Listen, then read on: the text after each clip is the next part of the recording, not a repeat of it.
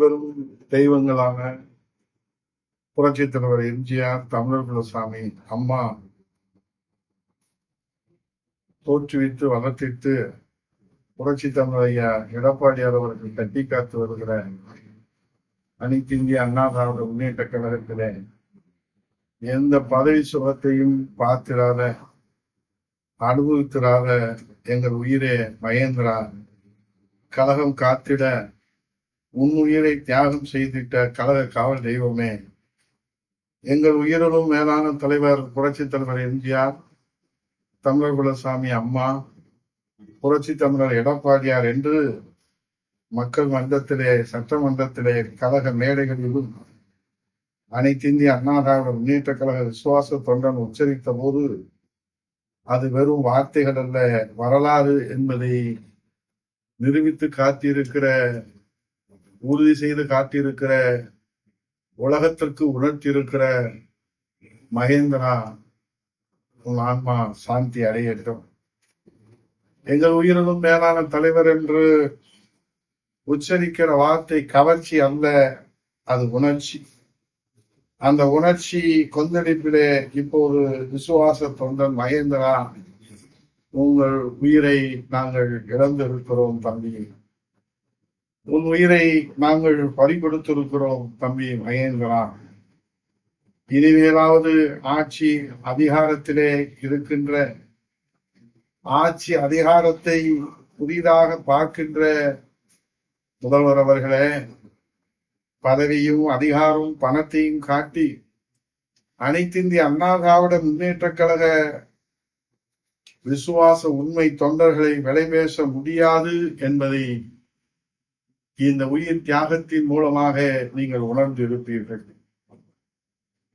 இனிமேலாவது உண்மை தொண்டர்களை விலை பேசுவதை உங்கள் கைக்கூலிகளை வைத்துக் கொண்டு நீங்கள் நடத்தி வருகிற நாடகத்திற்கு இப்போது ஒரு உயிர் பலி போயிருக்கிறது.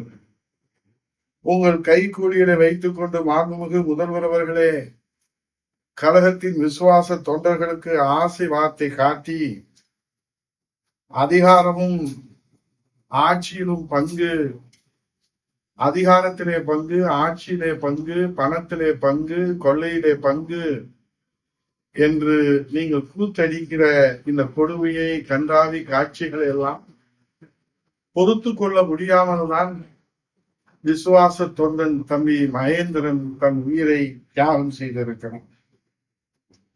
ஆட்சியும் அதிகாரமும் உங்களுக்கு எப்போதும் சொந்தமாக இருக்காது முதல்வர் அவர்களே. காலம் மாறும், காட்சிகள் மாறும், ஆட்சிகள் மாறும். மகேந்திரன் போன்ற கோடிக்கணக்கான விசுவாச தொண்டர்களை கொண்டிருக்கிற புரட்சி தமிழரையா எடப்பாடியார் தலைமையிலே மீண்டு எழுகிற காலம் வெகு தொலைவிலே இல்லை. ஆகவே கோடிக்கணக்கான மகேந்திரன் போன்ற விசுவாச தொண்டர்கள் கொதித்து எழுந்து உணர்ச்சி பெருக்கிலே என்ன நடக்கும் என்று எங்களால் சொல்ல முடியவில்லை. கழக தொண்டர்களின் உணர்ச்சியை இனியும் தூண்டி விடாதீர்கள். இப்போதாவது நீங்கள் இந்த அதிகாரம், ஆட்சி, பதவி, பட்டம் என்று நடத்துகிற அந்த கூத்துகளுக்கெல்லாம், அந்த கூப்பாடுகளுக்கெல்லாம் முடிவுரை எழுதுங்கள், தடை ஏற்படுத்துங்கள். இல்லை என்றால் விளைவுகள் விபரீதமாக போகும் என்பதுதான் மகேந்திரன் உயிர் பறி போயிருக்கிறார். அனைத்து இந்திய அண்ணா திராவிட முன்னேற்ற கழகம் சந்திக்காத வெற்றிகளும் அல்ல, பார்த்திராத பின்னடைவுகளும் இல்லை. ஆகவே ஒற்றுமைக்காக உயிரை தியாகம் செய்திருக்கிற மகேந்திரா, உங்களை போன்ற விசுவாச தொண்டர்கள் எல்லோரும் புரட்சி தமிழரையா எடப்பாடியார் அவர்களுக்கு பக்கபலமாக இருக்கின்ற போதுதான் எடப்பாடியார் தலைமையிலே நாம் மீண்டு எழுவோம். சந்தேகம் வேண்டாம், கவலையும் வேண்டாம், வருத்தமும் வேண்டாம். அங்கே சிரிப்பவர்கள் சிரிக்கட்டும், அது ஆணவ சிரிப்பு. அங்கே சிரிப்பவர்கள் சிரிக்கட்டும், அது ஆணவ சிரிப்பு.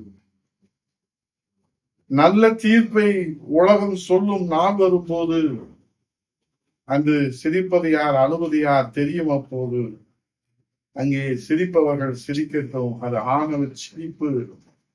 ஆகவே நம்பிக்கை, போர்க்களத்திலே எதை இழந்தாலும் நாம் நம்பிக்கை இழக்கக்கூடாது. நம்பிக்கை, விடாமுயற்சி, உழைப்பு, விசுவாசம்.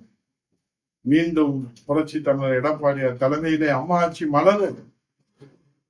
அப்போது நீ இந்த மக்களுக்கு செய்ய வேண்டிய சேவை 1000 கோடிக்கணக்கான கடமைகள் உனக்கு இருக்கிறது மகேந்திரா. உயிரை மாய்த்துக் கொள்வது தீர்ப்பல்ல, உயிரை மாய்த்துக் கொள்வது தீர்ப்பல்ல. உனக்கு கடமைகள் காத்து கொண்டிருக்கிறது. புரட்சி தமிழர் எடப்பாடியார் தலைமையிலே மக்கள் சேவையை மகேசின் சேவை என்று உனக்காக கதவுகள் திறக்கப்பட இருக்கிறதே. நீ விண்ணுலகம் சென்று விட்டாய மகேந்திரா. உன் ஆன்மா சாந்தி அடைய இறைவனை கோடிக்கணக்கான தொண்டர்கள் புரட்சி தமிழர் எடப்பாடியார் தலைமையிலே உன்னை நேரிலே அஞ்சலி செலுத்துவதற்காக வந்து கொண்டிருக்கிறார்.